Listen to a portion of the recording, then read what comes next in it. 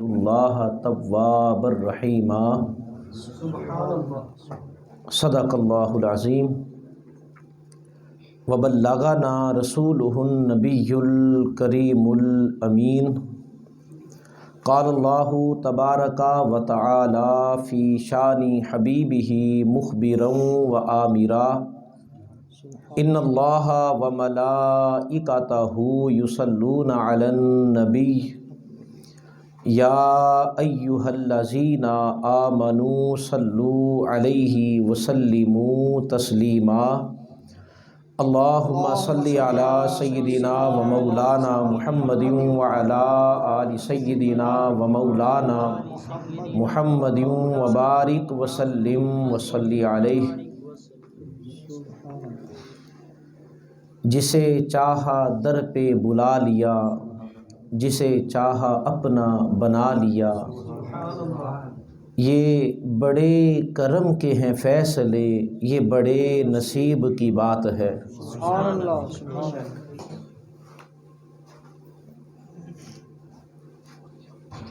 آج کی یہ پروقار تقریب ہمارے دوست، ہمارے بھائی محمد نصیر مبارک اور ان کی والدہ محترمہ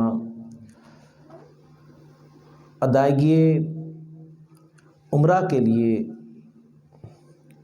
جا رہے ہیں، تو اسی سلسلہ میں یہ محفل پاک سجائی گئی۔ اللہ رب العزت ان کا سفر قبول فرمائے، آمین۔ ان کے عمرے کو، ان کی عبادات کو، ذکر و اذکار کو اپنی بارگاہ میں شرف قبولیت عطا فرمائے، آمین۔ اور مدینہ کا وہ پیغام جو آج سے 14 صدیاں قبل آقا علیہ الصلوۃ والسلام نے ہمیں عطا فرمایا تھا، اس پیغام کو اپنے سینوں میں بسا کر لے کر آئے۔ مدینہ کی حاضری یہ دولت سے،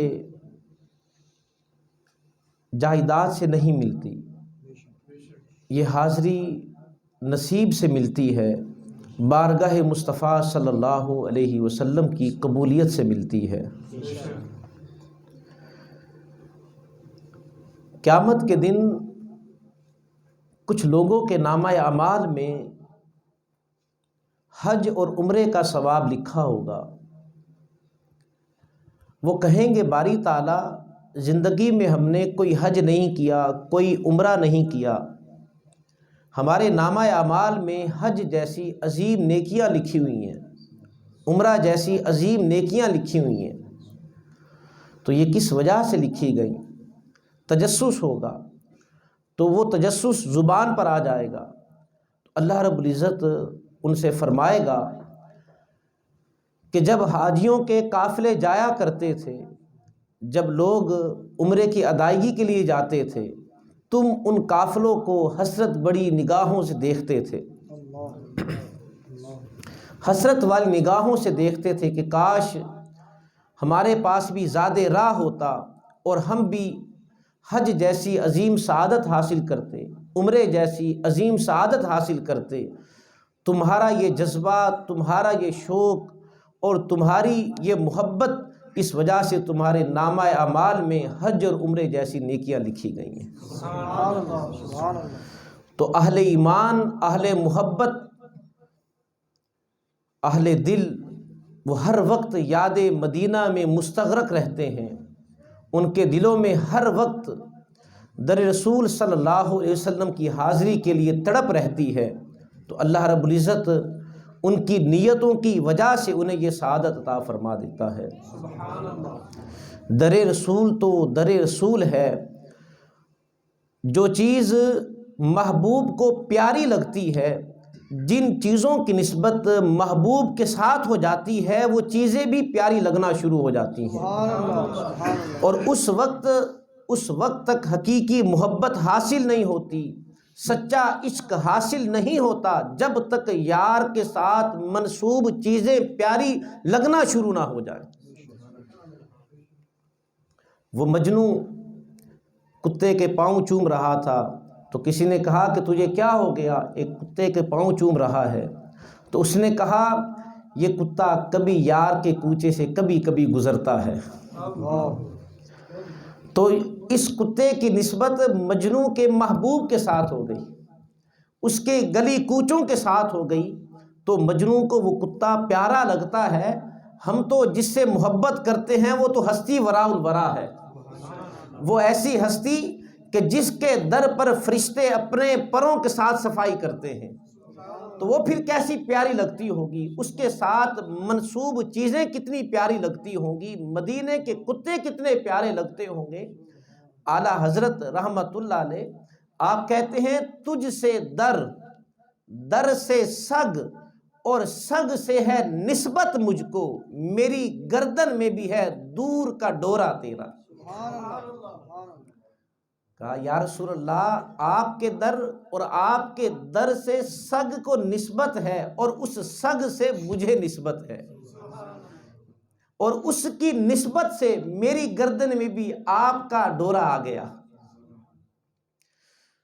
تو جب یار سے پیار ہو تو اس کے ساتھ منسوب چیزیں، محبوب کی گلیوں سے، جن گلیوں میں محبوب خرام ناز ہوا کرتا تھا، جن گلیوں میں محبوب چلا کرتا تھا، جن جن جگہوں پر محبوب گیا وہ جگہیں بھی پیاری لگنا شروع ہو جاتی ہیں۔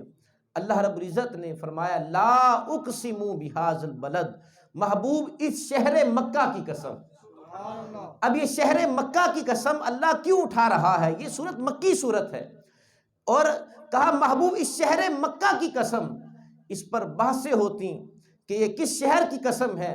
آگے ارشاد فرمایا وَأَنْتَ حِلٌّ بِهَذَا الْبَلَدِ، محبوب یہ قسمیں اس لیے نہیں اٹھا رہا کہ یہاں پر بیت اللہ ہے، یہاں پر حجر اسود ہے، یہاں پر صفا مروہ ہے، یہاں پر چاہے زمزم ہے، یہاں پر مقام ابراہیم ہے، یہاں پر یہ مقدس مقامات ہیں۔ کسی کے دل میں یہ خیال نہ آئے کہ شاید اللہ نے مکہ کی قسم اس لیے اٹھائی ہے کہ یہاں پر بیت اللہ ہے، یہاں پر حجر اسود ہے، کسی کے ذہن میں خیال نہ آ جائے۔ تو اللہ نے آگے فوراً ارشاد فرمایا کسی دھوکے میں نہ رہنا، وَأَنْتَ حِلٌّ بِهَذَا الْبَلَدِ، محبوب آپ اس شہر مکہ میں رہتے ہیں اس لیے شہر مکہ کی قسم اٹھا رہا ہوں۔ وَأَنْتَ حِلٌّ بِهَذَا الْبَلَدِ۔ تو اب آگے سوال پیدا ہوا، یہ مکی صورت ہے تو اللہ نے تو شہر مکہ کی قسم اٹھائی، لا اقسم بہذا البلد، مکی صورت ہے، مکہ میں نازل ہوئی، تو اب جس شہر کی قسم اللہ نے اٹھائی، تو اب مکہ افضل ہے یا مدینہ افضل ہے؟ یہ ایک علمی بحث ہے۔ کسی نے کہا چونکہ اللہ نے شہر مکہ کی قسم اٹھائی اس لیے مکہ افضل ہے، لیکن اہل محبت، اہل عشق اور محبت کے جذبات رکھنے والے انہوں نے کہا کہ نہیں، اگلی آیت نہیں پڑھتے وَأَنْتَ حِلٌّ بِهَذَا الْبَلَدِ، محبوب اس شہر کی قسم اس لیے اٹھائی ہے کہ آپ اس شہر میں رہتے ہیں، تو پتہ چلا محبوب جہاں جہاں جائے گا وہ جگہ افضل ہوتی جائے گی۔ محبوب جب مکہ میں تھا تو مکہ افضل تھا، اب محبوب مدینہ آ گیا تو مدینہ افضل ہو گیا۔ تو جن گلیوں میں محبوب چلا کرتا تھا، جن جن جگہوں پر محبوب گیا، کیا جزیرہ عرب میں کیا اور بہت ساری غاریں نہیں ہیں؟ کیا صرف غار ثور ہے یا غار حرا ہے؟ نہیں، وہاں پر اور بھی غاریں ہیں، لیکن اب غار حرا، اب وہ کیوں پیارا ہے وہ غار؟ اس لیے کہ محبوب نے وہاں پر قدم رنجا فرمایا۔ غار ثور کیوں پیارا ہے؟ اس لیے کہ محبوب وہاں پر ٹھہرے ہیں۔ صفا مروہ یہ کیوں ہیں؟ بیت اللہ کے جو طواف کرتے ہیں یہ کیوں کرتے ہیں؟ اس وجہ سے نہیں کہ شروع سے طریقہ چلتا آ رہا، اگر محبوب طواف نہ کرتا محبوب کی امت بھی طواف نہ کرتی۔ طواف محبوب نے کیا، اگرچہ طریقہ پہلے سے چلتا آ رہا تھا، لیکن محبوب نے جب طواف کیا اس طواف کو برکتیں حاصل ہو گئیں۔ اب یہ طواف جو امت کرتی ہے اس وجہ سے کہ محبوب نے طواف کیا، حجر اسود کا بوسہ لیا۔ حضرت عمر رضی اللہ تعالیٰ عنہ بیت اللہ کا طواف کرتے کرتے حجر اسود کے سامنے آتے ہیں، رک جاتے ہیں، اس سے مخاطب ہو کر کہتے ہیں یہ مت سمجھنا کہ تو جنت سے لایا گیا پتھر ہے اس لیے میں تجھے چوم رہا ہوں، تیری بڑی عظمت ہے، تیری شان ہے، میں تجھے اس لیے چوم رہا ہوں، کسی خیال میں نہ رہنا، میں تو تجھے اس لیے چوم رہا ہوں کہ تجھے میرے مصطفیٰ نے چوما ہے۔ اگر مصطفیٰ نہ چومتا، حجر اسود تجھے کبھی نہ چومتا۔ تو محبوب غار ہرا میں گیا، اسے برکتیں حاصل ہو گئی۔ محبوب غار سور میں گیا، اسے برکتیں حاصل ہو گئیں۔ محبوب نے جن جن پہاڑیوں پر قدم رکھا، احد پہاڑ پر قدم رکھا، احد پہاڑ کو برکت حاصل ہو گئی۔ وہ بھی جھومنے لگتا ہے، آج مجھ پر سرکار تشریف لے آئے۔ تو جس جس چیز کی نسبت محبوب کے ساتھ ہو گئی، وہ چیز پیاری لگنا شروع ہو گئی۔ حضرت ابو ہریرہ رضی اللہ تعالی عنہ، ان سے آقا علیہ الصلوۃ والسلام نے فرمایا کہ ابو ہریرہ، ہر وقت میرے پاس رہتے ہو، میری بارگاہ میں رہتے ہو، کبھی چلے بھی جایا کرو، ایک دن کے بعد ملا کرو، محبت میں اضافہ ہوتا ہے۔ اب جناب ابو ہریرہ رضی اللہ تعالی عنہ الٹے قدم اب واپس جانے لگے، تو درمیان میں کوئی چیز آ گئی، کوئی پردہ حائل ہوا، کوئی ستون آ گیا، وہ کھجور کا درخت سامنے آ گیا، اس کا جو ستون بنایا گیا تھا وہ سامنے آ گیا۔ ایک لمحے کے لیے حضور نگاہوں سے اوجھل ہوئے، دوڑ کر حضور کی بارگاہ میں آ گئے۔ عرض کیا یا رسول اللہ، یہ ایک لمحے کی جدائی برداشت نہیں ہوئی، ایک دن کی جدائی کیسے برداشت ہوگی؟ تو صرف چیزیں ہی نہیں بلکہ محبوب ہی بڑا ہی پیارا ہے۔ ثمامہ بن اسال یمامہ کا بہت بڑا ایک سردار تھا، غیر مسلم ہے، قید ہوا، پکڑا گیا، حضور کی بارگاہ میں لایا گیا، اسے مسجد نبوی کے منبر کے ساتھ باندھ دیا۔ حضور نبی اکرم صلی اللہ علیہ وسلم تشریف لائے، فرمایا ثمامہ کیا حال ہے؟ اس نے کہا آپ اگر مجھے قتل کریں گے میرا خون رائے گا نہیں جائے گا، مطلب بدلہ لیا جائے گا۔ اگر آپ مجھ سے کوئی چیز طلب کرتے ہیں اور اس کے بدلے مجھے آزاد کرنا چاہتے ہیں، آپ کو بے شمار دولت دی جائے گی، مجھے آزاد کر دیں۔ لیکن اگر آپ ویسے ہی مجھے آزاد کریں گے تو مجھے احسان فراموش نہیں پائیں گے، خاندانی ہوں، آپ کے احسان کو زندگی بھر نہیں بھولوں گا۔ حضور مسکرائے، پھر چلے گئے۔ دوسرے دن پھر آئے، فرمایا ثمامہ کیا حال ہے؟ اس نے پھر وہی بات کہی۔ حضور پھر مسکرائے اور چلے گئے۔ تیسرا دن ہوا، حضور پھر تشریف لائے، فرمایا کہ ثمامہ کیا حال ہے؟ اس نے پھر کہا اگر آزاد کریں گے آپ کے احسان کو بھولوں گا نہیں، آپ قتل کریں گے تو اس کا بدلہ لیا جائے گا، یہ خون رائے گا نہیں جائے گا۔ اگر آپ کو میری جان کے بدلے میں کوئی معاوضہ چاہیے تو آپ کو بے شمار میں دولت دینے کے لیے تیار ہوں، بڑی دولت ہے میرے پاس۔ حضور نے صحابہ سے فرمایا کہ اس کو آزاد کر دو، ثمامہ کو آزاد کر دو۔ اسے آزاد کر دیا گیا۔ حضور نماز پڑھانے کے لیے مصلی پر آ گئے، نماز پڑھائی، ادھر ثمامہ باہر نکلا، اس نے پوچھا یہاں پر کہیں پر نہانے کے لیے، غسل کرنے کے لیے کوئی کنواں ہے؟ تو اسے کہا گیا فلاں جگہ پر ہے۔ وہ گیا، اس نے غسل کیا، ادھر حضور نے نماز پڑھائی، غسل کرنے کے بعد حضور کی بارگاہ میں حاضر ہو گیا۔ حضور نے فرمایا ثمامہ ہم نے تمہیں آزاد کر دیا تھا، پھر واپس آ گئے ہو؟ تو عرض کرتا ہے یا رسول اللہ مجھے بھی کلمہ پڑھا کر اسلام میں داخل کیجیے۔ حضور نے کلمہ پڑھایا، اسلام میں داخل ہوا، پھر عرض کرتا ہے یا رسول اللہ اسلام لانے سے پہلے کی جو کیفیت ہے وہ کیفیت یہ تھی کہ اس دنیا میں جتنے شہر ہیں، جتنے ملک ہیں، جتنی زمینیں ہیں، سلطنتیں ہیں، مجھے ان تمام ملکوں سے، تمام شہروں سے برا شہر مجھے مدینہ لگتا تھا، لیکن جب اسلام قبول کیا یا رسول اللہ سارے شہروں سے مجھے پیارا شہر آپ کا لگتا ہے۔ نعرہ تکبیر، نعرہ رسالت، نعرہ رسالت، نعرہ حیدری، نعرہ غوثیہ، میلاد مصطفیٰ۔ اب تمام شہروں سے پیارا شہر مجھے آپ کا لگتا ہے۔ حضور قبلہ بابا جی سرکار، بابا جی منظور احمد شاہ صاحب رحمۃ اللہ علیہ، آپ مدینہ شریف سے بہت پیار کرتے تھے۔ عمرہ کرنے جاتے، پوچھا جاتا بابا جی آپ عمرے پر جا رہے ہیں؟ فرماتے کہ نہیں مدینہ شہر جا رہا ہوں، حضور کے پاس جا رہا ہوں۔ تو ایک دن بیٹھے ہوئے تھے، جس طرح لوگ آتے ہیں ملنے کے لیے، ایک شخص آیا، اس نے بہت سارے ملکوں کی سیر کی تھی، بہت سارے ملک اس نے دیکھے تھے، تو اس نے کہا کہ میں نے، بابا جی نے فرمایا کہ مکہ بھی گئے؟ اس نے کہا جی مکہ بھی گیا۔ مدینہ بھی گئے؟ جی مدینہ گیا۔ تو فرمایا کہ تم نے اتنے ملک دیکھے، تمہیں کون سا شہر، کون سا ملک پیارا لگا؟ دنیا دار آدمی تھا، اس کے منہ سے نکل گیا کہ مجھے تو لندن بہت پیارا لگا۔ بابا جی نے کہا تو کھے ویکھیا، تینوں مدینہ نظر نہیں آیا؟ تینوں مدینہ نظر نہیں آیا؟ اب وہ خاموش ہو گیا۔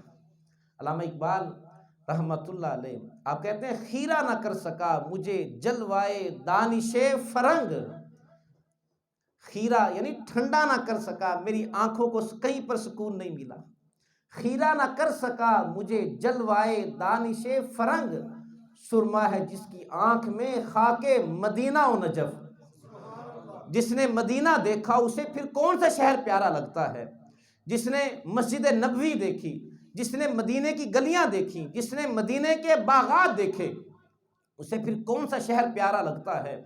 حضرت بلال حبشی رضی اللہ تعالیٰ عنہ جب حضور کا وصال ہوا، جناب صدیق اکبر رضی اللہ تعالیٰ عنہ خلیفہ بنے اور آپ ہی نے جناب بلال حبشی کو آزاد کروایا تھا، تو بلال حبشی نے کہا کہ مجھے اجازت دے، میں یہاں سے جانا چاہتا ہوں۔ حضرت ابوبکر صدیق نے کہا کہ بلال، تم جس طرح آقا علیہ الصلوۃ والسلام کی حیات طیبہ میں اذان کہا کرتے تھے اسی طرح اذان کہا کرو، اپنی اس ذمہ داری کو، ڈیوٹی کو نبھاؤ۔ تو عرض کرتے ہیں یار ابوبکر صدیق، حضور نہیں ہے، حضور نہیں ہے تو اب اذان نہیں دے سکوں گا۔ جب میں اذان دیا کرتا تھا، جب اشہد ان محمد رسول اللہ پر پہنچتا تھا، میں حضور کے چہرے کی طرف دیکھتا تھا، اذان دیتا تھا مجھے حضور نظر آتے تھے۔ اذان دینے کے بعد جب میں اقامت کہا کرتا تھا، میں حضور کو دیکھتا تھا۔ اب اذان کہوں گا حضور نظر نہیں آئیں گے، مجھ سے اذان نہیں کہی جائے گی، اقامت نہیں کہہ سکوں گا، آپ مجھے اجازت دے، میں یہاں سے کہیں دور جانا چاہتا ہوں۔ اب جب ان گلیوں میں، جن گلیوں میں محبوب خرام ناز ہوا کرتا تھا، اب ان گلیوں میں نہیں دیکھوں گا تو اب مجھ سے رہا نہ جائے گا۔ تو جناب صدیق اکبر نے کہا کہ ٹھیک ہے، تمہاری مرضی، اگر تم جانا چاہتے ہو چلے جاؤ۔ اب حضرت بلال حبشی شام کے شہر حلب میں آ گئے، وہاں پر سکونت اختیار کر لی۔ جناب ابوبکر صدیق کا زمانہ گزرا، عمر فاروق کا زمانہ آ گیا۔ آقا علیہ الصلوۃ والسلام جناب بلال حبشی کے خواب میں تشریف لائے۔ بلال سے کہا بلال یہ کیا بے وفائی ہے، ملنے ہی نہیں آتے، ملنے ہی نہیں۔ کل کتب تاریخ میں یہ حدیث پاک درج ہے اور سیرت نگاروں نے اپنی سیرتوں میں اس بات کو لکھا ہے۔ کہا بلال یہ کیا بے وفائی ہے، آنا ہی چھوڑ کے ملتے ہی نہیں۔ جب آنکھ کھلی لبیک یا رسول اللہ، لبیک یا رسول اللہ کہتے ہوئے مدینہ کی جانب آئے۔ یہ وہ بلال ہیں، یہ وہ بلال ہیں اذان کہتے حضور کی جانب دیکھتے تھے، اب مدینہ میں حضور نہیں ہے ظاہری طور پر، تو شام کے شہر آ گئے۔ حضور نے فرمایا کہ بلال یہ کیا بے وفائی ہے۔ حضرت بلال حبشی رضی اللہ تعالیٰ عنہ جب جاگتے ہیں لبیک یا رسول اللہ کہتے ہوئے، اونٹنی پر سوار ہو کر مدینہ طیبہ تشریف لاتے ہیں۔ اب سیدھا روضہ اقدس پر نہیں آتے، بلکہ محبوب جن گلیوں میں چلا کرتا تھا، محبوب جن جگہوں پر بیٹھتا تھا، پہلے وہاں پر گئے، حضور کو تلاش کیا، نہیں ملے، پھر حضور کی قبر انور پر آ گئے اور وہاں پر آ کر بے ہوش ہو کر گر پڑے۔ لوگوں کو پتا چلا کہ بلال حبشی آ گئے ہیں۔ اب لوگ جوک در جوک حضور کے روضہ اقدس کے پاس اکٹھے ہونا شروع ہو گئے کہ بلال آئے ہیں یہاں پر، اور حضرت بلال حبشی وہاں پر رو رو کر بے ہوش ہو کر گر پڑے۔ جب ہوش میں آئے پھر رونے لگ گئے۔ عمر فاروق کا زمانہ ہے، تو جناب عمر فاروق نے کہا کہ بلال جس طرح حضور کے زمانے میں اذان کہا کرتے تھے اسی طرح ہمیں دوبارہ اذان سناؤ۔ وہی بات کہی، کہا جب اذان کہوں گا اور حضور کو نہ دیکھا مجھ سے اذان نہیں کہی جائے گی۔ سب لوگوں نے کہا، انکار کرتے رہے۔ یہ وہ بلال ہیں جب مکہ فتح ہوتا ہے، آقا علیہ الصلوۃ والسلام حکم دیتے کہ بلال کعبے کی چھت پر کھڑے ہو جاؤ، اذان کہو۔ کعبے کی چھت پر کھڑے ہو کر اذان کہتے ہیں۔ اب جب اذان شروع کرنے لگتے ہیں دل میں خیال آتا ہے اب تو کعبے کی چھت پر ہوں، اپنا رخ کس جانب کروں؟ ہم یہاں پر اذان کہتے ہیں، قبلہ کی جانب رخ کرتے ہیں، تو دل میں سوچنے لگے کہ مدینہ میں تھا تو رخ اپنا بیت اللہ کی جانب کرتا تھا، سفر میں تھا اپنا چہرہ قبلہ کی جانب کرتا تھا اذان کہتے ہوئے، حضر میں تھا، سفر میں تھا، کہیں پر گیا، میں حضور کے ساتھ غزوات میں گیا، جہاں پر گیا اذان کا وقت ہوتا اپنا رخ قبلہ کی جانب کرتا۔ آج بیت اللہ کی چھت پر ہوں، اذان کس رخ کی طرف ہو کر کہوں؟ تو دل سے آواز آئی، بلال سوچتے کیا ہو، جدھر جدھر حضور جاتے ہیں حضور کی طرف رخ کرتے ہوئے اذان کہنا شروع کر دو۔ آقا علیہ الصلوۃ والسلام طواف کر رہے ہیں اور جناب بلال حبشی نے اذان شروع کی، جدھر جدھر حضور جاتے جاتے بلال حبشی اذان کہتے ہوئے اپنا رخ حضور کی جانب موڑتے چلے جاتے۔ اذان ازل سے تیرے عشق کا ترانہ بنی، نماز اس نظارے کا ایک بہانہ بنی، ادائے دید سراپا نیاز تھی تیری، کسی کو دیکھتے رہنا نماز تھی تیری۔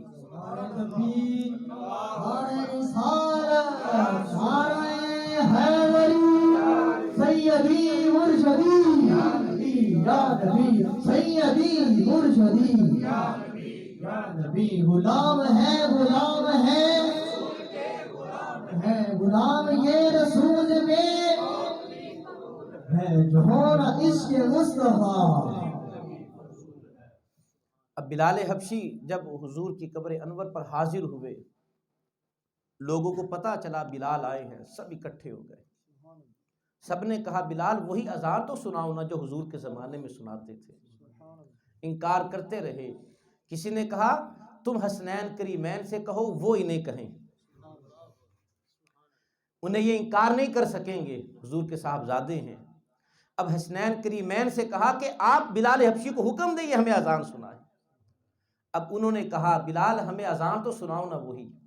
اب انکار کی گنجائش نہیں تھی، اب اذان کہنا شروع کی۔ اذان جیسے ہی آپ نے کہنا شروع کی لوگوں کا ہجوم تھا، تاریخ میں آتا یہاں تک کہ پردہ دار خواتین اپنے آپ کو چادروں میں چھپائے وہاں پر آ گئی۔ اور جب حضور کا وصال ہوا تھا اور اس وقت پورے مدینے والے جس طرح روئے تھے، جب بلال حبشی نے اذان دی اس کے بعد دوبارہ لوگ اسی طرح رو پڑے۔ تو یہ محبوب کے ساتھ نسبت، محبوب کے شہر کے ساتھ نسبت ہو جائے تو وہ ہر چیز پیاری لگنا شروع ہو جاتی ہے۔ مروان بن حکم یا آقا علیہ الصلوۃ والسلام کے روضہ اقدس کے پاس سے گزرا، اس وقت روضہ نہیں بنا تھا، صرف وہ حجرہ تھا اور قبر انور تھی، تو وہاں سے گزرا، اس کی نظر پڑی، اس نے دیکھا کہ کوئی شخص ہے اور وہ حضور کی قبر انور پر جھکا ہوا ہے اور زاروں کتا رو رہا ہے، قبر کو چومتا ہے۔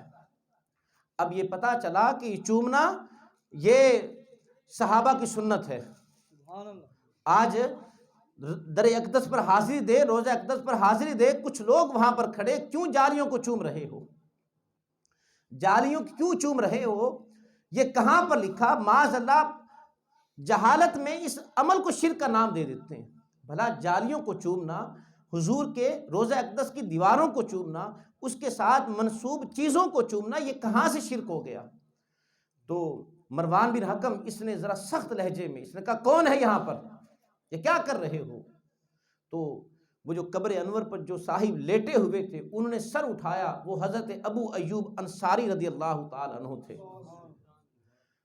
جب انہیں دیکھا مروان ایک دم چپ ہو گیا، خاموش ہو گیا۔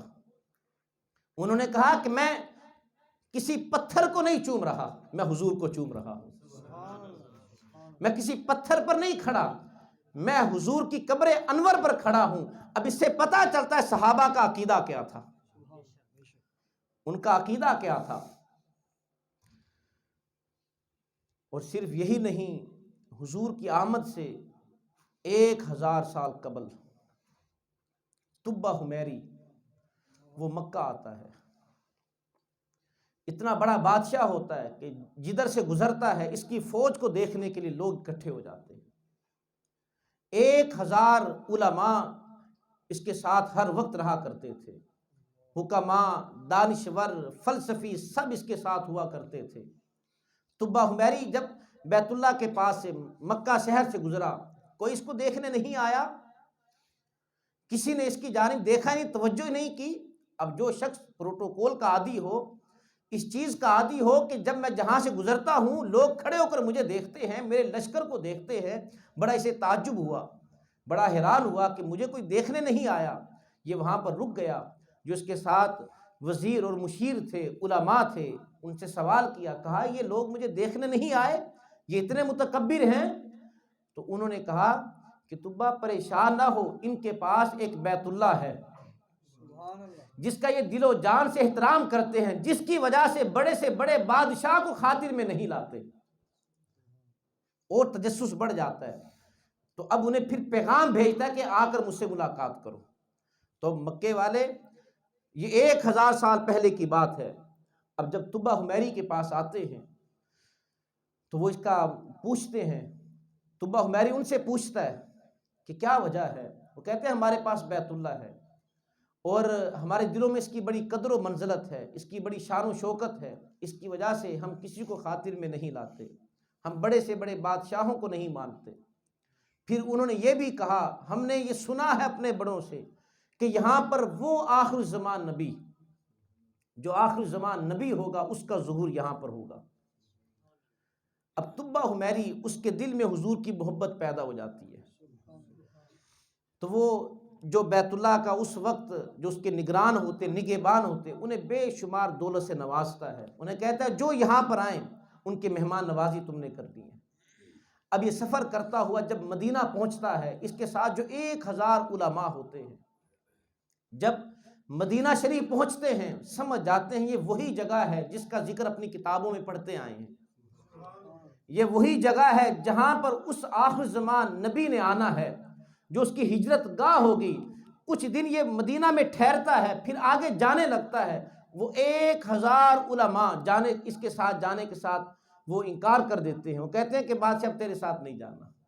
بڑا حیران ہوتا ہے، کہتا ہے کسی تمہاری قدر کرنے میں کوئی کمی آئی ہے، تمہارے احترام میں کوئی کمی آئی، تمہارے اعزاز میں میری وجہ سے کوئی کمی آئی، کس چیز کی ضرورت ہے مجھے کہو، تمہیں لا کر تمہارے سامنے رکھ دیتا ہوں۔ وہ کہنے لگے بات یہ نہیں ہے، نہ دولت کی کمی، نہ رہائش کی کمی، ہر چیز ہمارے پاس ہے، لیکن یہ وہ جگہ ہے جس نبی کا ذکر اپنی کتابوں میں پڑھتے ہیں، اس کی ہجرت گاہ ہوگی، اس کا یہ ٹھکانہ ہوگا، اب یہاں سے ہم نہیں جائیں گے۔ اب طبہ حمیری اس کے دل میں پہلے ہی حضور کی محبت پیدا ہو جاتی، جب وہ مکہ آتا ہے وہ کہتا ہے اچھا اگر تم نہیں جاتے، اب علماء کے لیے وہاں پر کمرے تیار کرواتا ہے، ان کے لیے گھر تیار کرواتا ہے، ان گھروں میں ایک گھر حضور کا بھی تیار کرواتا ہے، اور ان گھروں میں جو حضور کا گھر تعمیر کرتا ہے وہ ڈبل سٹور ہوتا ہے، وہ 2 منزلہ گھر ہوتا ہے جو حضور کے تیار کرتا ہے، اور پھر ایک خط لکھتا ہے، اس خط کا آغاز اس طرح کرتا ہے، کہتا ہے یہ خط ہے طبہ حمیری کی طرف سے نبی آخر زمان کے لیے، اور پھر کہتا ہے کہ اے نبی یہ یاد رکھیے گا میں آپ پر ایمان لایا، جو دین آپ لے کر آئیں گے میں اس پر بھی ایمان لے کر آیا، اور میں آپ کا سب سے پہلا امتی ہوں، اگر آپ میری زندگی میں آپ اگر تشریف لے آئے تو آپ کے پاس حاضر ہو کر آپ کے پاؤں دھو کر اسے پیوں گا۔ اور وہ سلام عرض کرتا ہے، اسی طرح کے اپنے جذبات وہ لکھتا ہے اس خط میں، ان علماء کو دیتا ہے، کہتا ہے یہ میری امانت ہے، یہ امانت اس آخر زمان نبی تک پہنچانی ہے، اگر تمہارے ہوتے ہوئے وہ نہ آئے پھر اس امانت کو اپنی اولادوں کو سپرد کرنا ہے، اس نبی تک پہنچا دیں، اور انہیں یہ تاکید کرنی ہے، میری یہ وصیت ہے تمہیں کہ میرا خط چلتے چلتے حضور تک لازمی پہنچنا چاہیے۔ اب وہ خط نسل در نسل اب وہ چلتا آیا یہاں تک کہ آقا علیہ الصلوۃ والسلام کا ظہور مکہ میں ہو گیا، مکہ میں رہے۔ پھر جب حالات سازگار نہ ہوئے، آقا علیہ الصلوۃ والسلام جب حکم ہوا کہ اب آپ مدینہ تشریف لے جائیں، وہ بھی بڑا ایک حسین منظر تھا جب حضور صلی اللہ علیہ وآلہ وسلم مدینہ تشریف لائے، جناب صدیق اکبر رضی اللہ تعالیٰ عنہ حضور کے ساتھ ہے، جب حکم ہوا رات کا وقت ہے مکے سے آپ نکلے، اور آپ غار سور میں 3 راتیں رہے حضور کے ساتھ، حضور کے ساتھ جناب صدیق اکبر رضی اللہ تعالی عنہ ہیں، اور یہ چلتے چلتے جب مدینہ شہر پہنچے اور پھر وہاں پر جو حضور کا استقبال کیا، بنو نجار کی وہ چھوٹی چھوٹی بچیوں نے آقا علیہ الصلوۃ والسلام کے استقبال کیا، طلع البدر علینا وجبت شکر علینا من ثنیۃ الوداع، انہوں نے یہ نغمات کے ساتھ آقا علیہ الصلوۃ والسلام کا استقبال کیا۔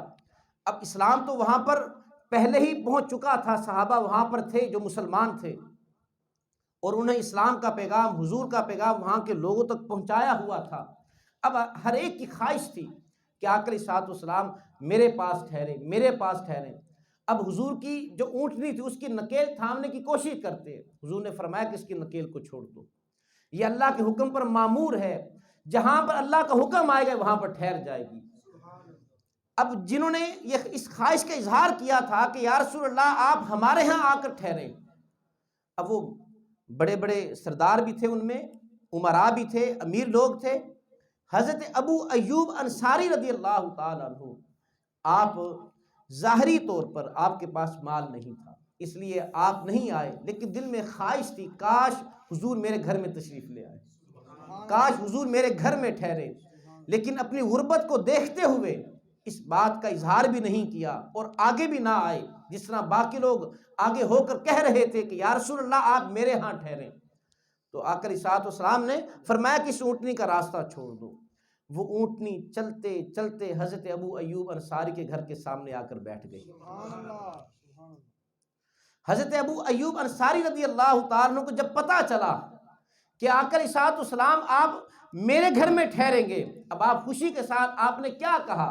آپ نے کہا لوگوں مجھے مبارک دو، مجھے مبارک دو، آج حضور میرے گھر میں ہیں، آج جبرائیل بھی میرے گھر کا دربان ہے۔ اور جب آقا علیہ الصلوۃ والسلام اس کے گھر میں تشریف فرما ہوئے، حضور نے فرمایا کہ ابو ایوب وہ میری امانت دو نا۔ وہ امانت چلتے چلتے حضرت ابو ایوب انصاری کے پاس تھی، اور آپ نے وہ امانت اپنے غلام یالا بن مرہ کو عطا کی تھی کہ یہ امانت ہے، اس کی حفاظت کرنی ہے۔ ابو ایوب انصاری نے ابو یالا بن مرہ کی طرف پیغام بھیجا کہ جلدی سے آ جاؤ۔ یالا بن مرہ آئے، حضور نے فرمایا کہ وہ میری امانت تو مجھے واپس دو، اور پھر وہ امانت آقا علیہ الصلوۃ والسلام کو پیش کی گئی۔ تو یہ مدینہ شہر کہ 1000 سال پہلے طبہ حمیری کی دل میں اس شہر کی محبت پیدا ہوئی۔ تو مدینہ شہر ایسا شہر کہ جس کی جانب اہل ایمان کے دل کھنچتے چلے جاتے ہیں، اور یہ ایسا شہر ہے، اور آقا علیہ الصلوۃ والسلام کا جہاں پر روضہ اقدس ہے، ادب گاہ ہیست زیر عرش از نازک تر، یہ ایسی جگہ ہے کہ جو عرش سے بھی نازک تر ہے۔ ادب گاہ ہیست زیر عرش از نازک تر، نفس گم کردہ می آید این جا جنید و بایزید۔ اور پھر جب عشاق دور دور سے سفر کرتے ہوئے حضور کی بارگاہ میں پہنچتے ہیں اور اپنی اپنی عرضیاں حضور کی بارگاہ میں پیش کرتے ہیں، کوئی یہ ذہن میں خیال نہ لے کر آئے کہ پتہ نہیں میری عرضی حضور نے سنی ہوگی یا نہیں سنی ہوگی۔ جو حضور کے در پر پہنچتا ہے صدق کے دل کے ساتھ، وہاں پر اپنی حاضری کو پیش کرتا ہے، آقا علیہ الصلوۃ والسلام اس کے سلام کا جواب بھی عطا فرماتے ہیں، اس کی ہر بات کو بھی سنتے ہیں۔ وہ ایک شخص تھا حضور کی بارگاہ میں حاضر ہوا، اس کو بھوک لگی تھی، اس نے کہا انا ضیفک یا رسول اللہ، یا رسول اللہ میں آپ کے در کا مہمان ہوں اور مجھے بھوک لگی ہے۔ یہ کہہ کر وہ وہیں پر بیٹھ گیا، اس کی آنکھ لگ گئی۔ خواب میں آقا علیہ الصلوۃ والسلام تشریف لائے، اسے روٹی کا ٹکڑا عطا کیا، وہ اس کو خواب میں کھا رہا ہے، آنکھ کھلتی ہے، باقی بچا ہوا ٹکڑا اس کے ہاتھ میں موجود ہوتا ہے۔ اور وہاں پر حضور کے در پر مختلف بولیوں والے مختلف ملکوں سے اپنے اپنی زبان میں حضور کی بارگاہ میں سلام عرض کر رہے ہوتے ہیں، اپنی باتیں عرض کر رہے ہوتے ہیں، دل کے دکھڑے سنا رہے ہوتے ہیں۔ حضور ہر زبان سمجھتے ہیں۔ آقا دے دوارے تے غلامہ دیاں ٹولیاں، ایک پیا سندا ہے لکھا دیاں بولیاں۔ اللہ رب العزت ہم سب کی حاضری قبول فرمائے، اور بھائی محمد نصیر مبارک صاحب ان کی والدہ محترمہ ان کی حاضری کو قبول فرمائے اور ان کے راستہ آسان فرمائے، اور بخیر و عافیت اللہ رب العزت اپنے گھر کی حاضری نصیب فرمائے، در رسول صلی اللہ علیہ وسلم کی حاضری بادب نصیب فرمائے۔ وصلی اللہ